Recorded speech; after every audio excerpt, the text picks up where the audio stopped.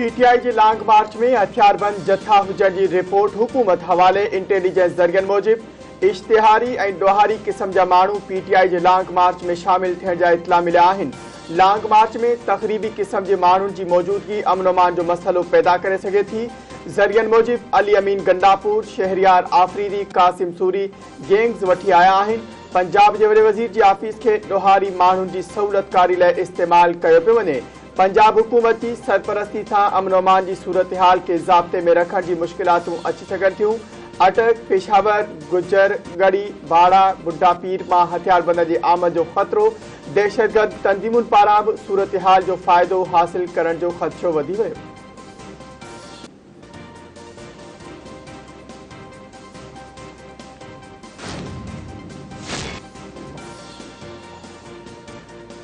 कंहिं बि जथे खे इस्लामाबाद ते चढ़ाई करण न ॾींदासीं। वफ़ाक़ी गादी वारे शहर ते काह कंदड़ जो अंजाम अहिड़ो थींदो जो ॿीहर केरु सोचे बि न सघंदो।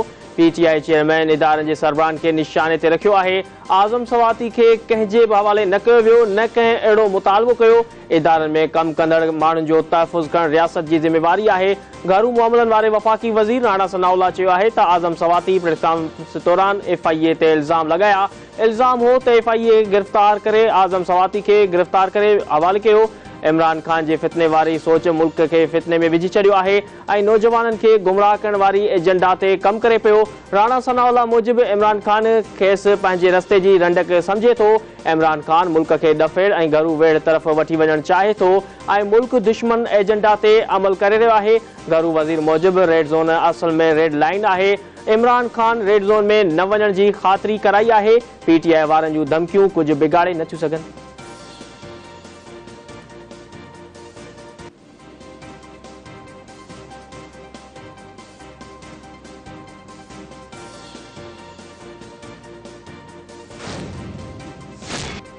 पीटीआई जो लांग मार्च लिबर्टी चौक खां इस्लामाबाद लाइ शुरू थी वियो। अछा वारे हंध ते जलसो, मुख़्तलिफ़ इलाइक़नि मां काफ़िलनि जी शिरकत।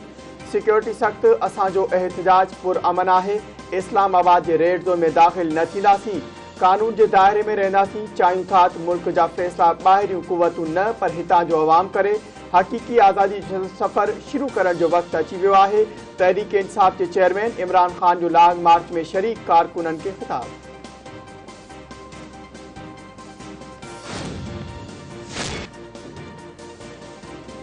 अमेरिका सां लाॻापा ख़राब करण जी कहिड़ी ज़रूरत हुई? अमेरिका सां लाॻापा ॿीहर ठीक करण जी कोशिश करे रहिया आहियूं। वज़ीर आज़म शहबाज शरीफ़ पुलिस सर्विस पाकिस्तान जे 48 STGP जे पासिंग आउट परेड खे ख़िताब कंदे चयो आहे त असांखे माज़ी जे ग़लतियुनि मां सबक़ पिराइणु घुरिजे।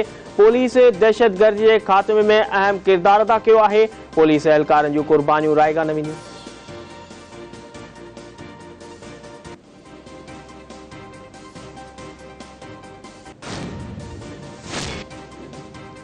पंजनि महीननि दौरान पीटीआई चेयरमैन जो ॿियो भेरो इस्लामाबाद ते चढ़ाई करण वञी रहियो आहे। इमरान खान इक़्तिदारी कुर्सी ताईं पहुचण लाइ लाशुनि मथां गुज़रण खां बि पासो न कंदो। न्यादी जी रुगो 1 पॉइंट एजेंडा इक़्तिदार जी बुख आहे। तहरीक इंसाफ़ जो हक़ीक़ी मार्च न पर पाकिस्तान खे कमज़ोर करण जी साज़िश आहे। सिंध सरकार इस्लामाबाद ते काह खे नाकाम बणाइण लाइ वफ़ाक़ सां भरपूर सहकार कंदी। सिंध जे इतलात वारे वज़ीर शर्जील इनाम मेमण जो बयान।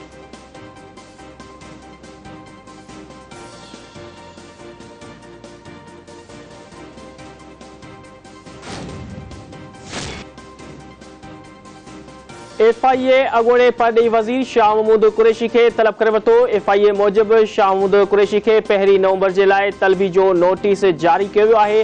शाह महमूद कुरैशी खे साइफर ऑडियो जे सिलसिले में जांच लाइ तलब कयो वियो आहे। अॻूणे परॾेही वज़ीर सोहेल सेक्रेटरी महमूद खे बि तलब करण ते एफआईए वटि पेश थियो। अॻूणे परॾेही वज़ीर सेक्रेटरी खां साइफर बाबति जांच कई वई।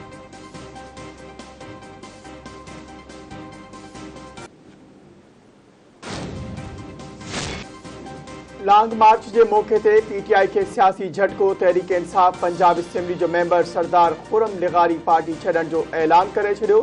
संदसि दावा है त ॿियनि मेंबरनि बि पीटीआई के अलविदा करण जी दावा कई आहे। ॿियनि मेंबरनि बि पीटीआई के अलविदा करण जो फ़ैसिलो करे छॾियो आहे।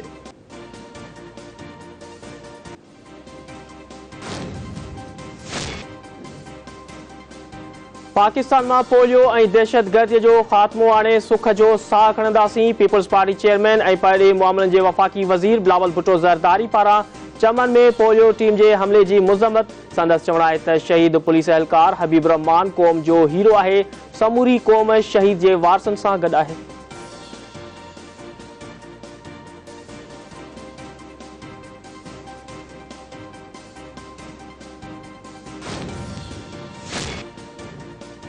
वालदेन ॿारनि जी सेहत बाबति वधीक फ़िक्रमंद रहंदा आहिनि। सिंध में ॿारनि जी सेहत के हवाले से मरकज़ क़ाइमु कया विया आहिनि।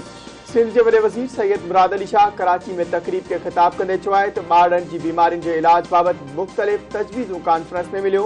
कोविड दौरान तिबी अमले ऐं डॉक्टरनि जो किरदारु साराह जोॻो रहियो।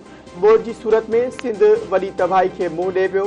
बोर्ड दौरान सन में 800 खां वधीक माण्हू फोत थिया। डॉक्टर ॾींहुं राति बोर्ड मुतासिरनि जी ख़िदमत कई।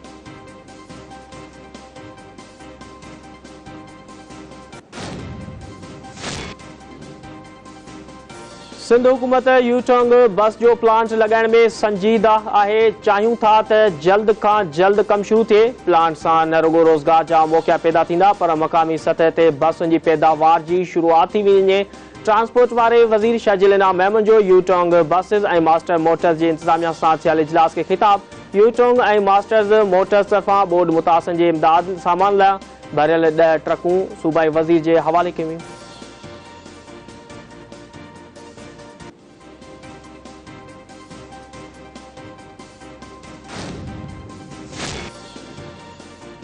जामशोरे में NTDC 500 kV ग्रिड स्टेशन में फनी खराबी। केतरनि शहरनि में बिजली बंद। हेस्को के तर्जमान मूजिब टेक्निकल खराबी सबब ट्रांसफार्मर ट्रिप थी वियो आहे। हैदराबाद समेत मुख्तलिफ जिलन में बिजली की फराहमी मुअत्तल थी वई।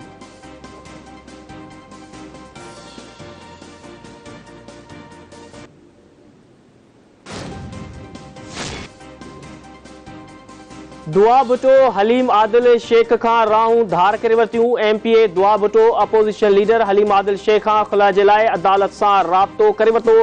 हलीम आदिल शेख 2009 ईस्वी में दुआ भुट्टो से ॿी शादी कई हुई। खेनि एक पुट जो औलाद पिण आहे।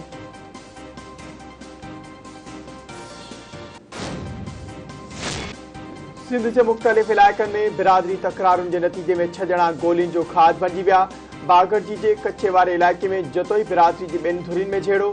फायरिंग के नतीजे में 2 भाइरनि समेत 4 ॼणा मारिजी विया। खोड़ा बरसाम जमीन के तकरार तां 2 धुरियुनि में धेरे के नतीजे में एक गोठाणो बख्शापुर के कच्चे वारे इलाके में जखरानी बिरादरी की 2 धुरियुनि में झेड़े सबब नौजवान गोलियुनि जो बख बणिजी वियो।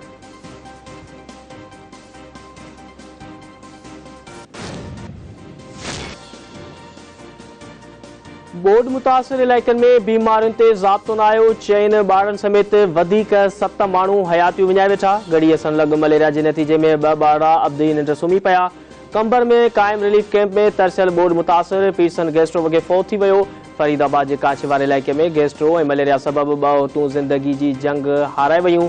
भाऊ खोसो भरसां भी मलेरिया वगे निंगरी दम ॾेई छॾियो।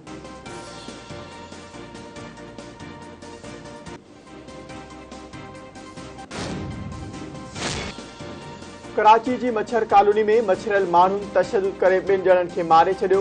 इलाइक़े वासी पारां ॿारनि खे अगवा करण जो इल्ज़ाम। DIG ॾखण वाक़े जो नोटिस वरितो। SSP इक्यामाड़ी फिदा हुसैन जावरी वाक़े वारे हंध पहुची वियो। संदसि चवण आहे त मारिजी वियल 2 नौजवाननि जी सुञाणप मोबाइल कंपनी के मुलाज़िम तौर थी आहे।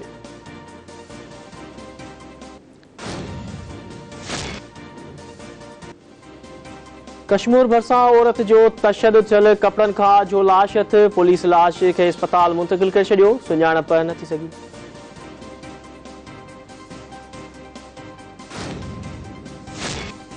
जेकबाबाद का सिबी ताईं बोर्ड सबब मुतासिर थियल रेलवे ट्रैक बहाल। सखर रेलवे इंतजामिया पारां जेकबाबाद सिबी सेक्शन के क्लियर करार ॾियण खां पोइ पहिरीं माल बरदार रेलगाड़ी सिबी रवानी कई वई।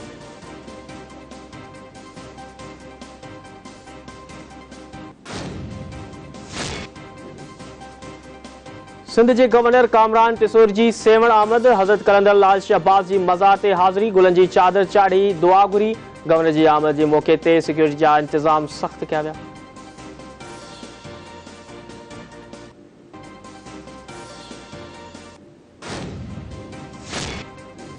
ऐं घोटकीवासी नौजवान 4 ॾींहनि खां गुम वारसन अगवा जो शक ज़ाहिर करे छॾियो।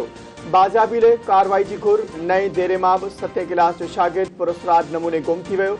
2 ॾींहं गुज़रण खां पोइ बि शाहिद हुसैन खरोस जो को ॾस पतो पइजी न सघियो। संदसि वारसन में ॻणती वारी लहर।